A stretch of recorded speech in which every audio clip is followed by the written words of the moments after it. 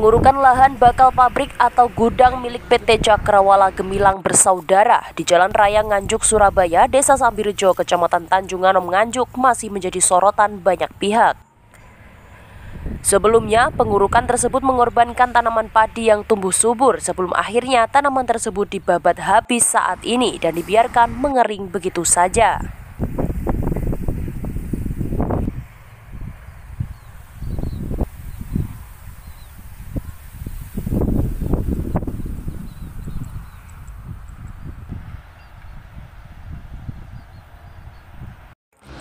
Setelah itu, Satpol PP turun beberapa hari lalu untuk melakukan pembinaan dan pencegahan dini lantaran belum lengkapnya izin persetujuan bangunan gedung atau PBG yang dimiliki pihak perusahaan saat itu.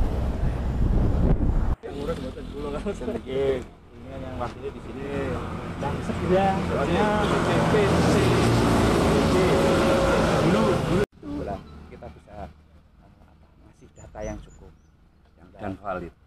Lalu terus kami sarankan untuk segera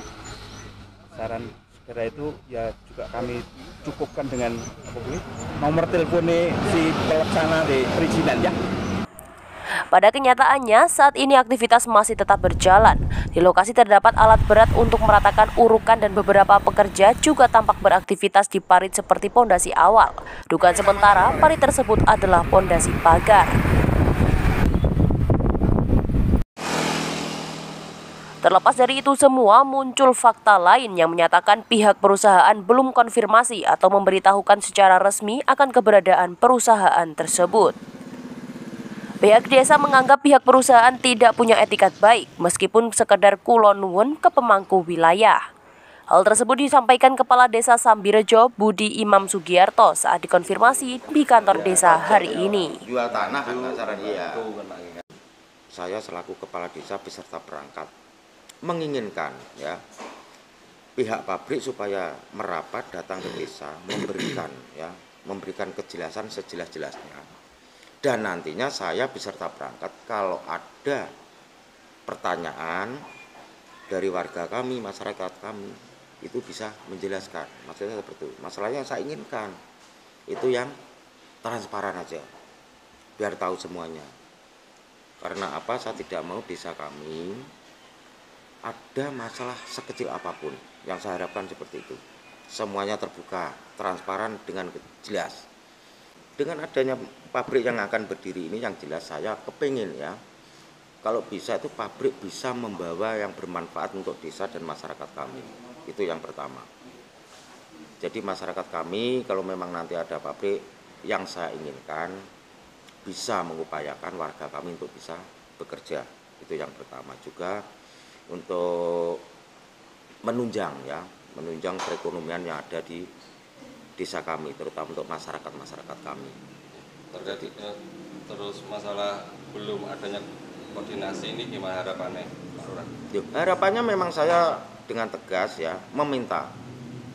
Kemarin saya sudah koordinasi dengan orang-orang yang mungkin terlibat di dalamnya, itu sudah saya kasih tahu dan sudah saya mulai kapan itu sudah, dan pagi tadi saya sudah mendapatkan info ya dari Bapak Arifin. Bapak Arifin itu Kanit Polsek Tanjung Anom, Jayeng ya. Itu sudah mendapatkan info, sudah disampaikan, beliau mendapatkan surat tugas untuk pengurukan.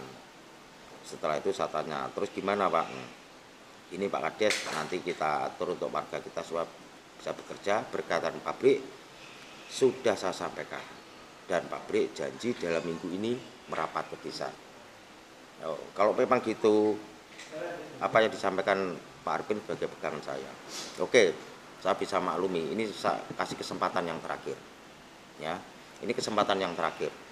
Kalau memang nanti dalam minggu ini pabrik tidak konsekuen dengan apa yang disampaikan dengan Pak Arifin, saya akan melangkah, ya, melangkah untuk menghentikan sementara sebelum proses aturan-aturan dengan desa itu jelas.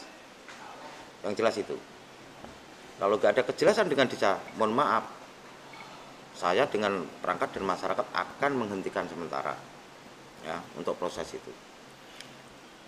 Yang perlu diketahui kan pabrik kan harus paham. Pabrik masih banyak kebutuhan yang dengan desa nanti. Kepala desa menambahkan sejauh ini banyak perusahaan yang berdiri di wilayahnya. Faktanya tidak ada kompensasi atau CSR yang masuk ke desanya. Kesimpulannya, banyak kejanggalan di sini, mulai dari lahan zona hijau yang dengan singkatnya menjadi lahan kuning, perizinan dan lain sebagainya, dan tanaman pangan yang jadi korban. Apa yang sebenarnya terjadi di sini? Ikuti channel ini selanjutnya. Kita kemas dalam segmen lain soal sengketa dan semua intrik dari pembebasan lahan terkait masalah ini. Dari Nganjuk, John A.G. Seiber melaporkan.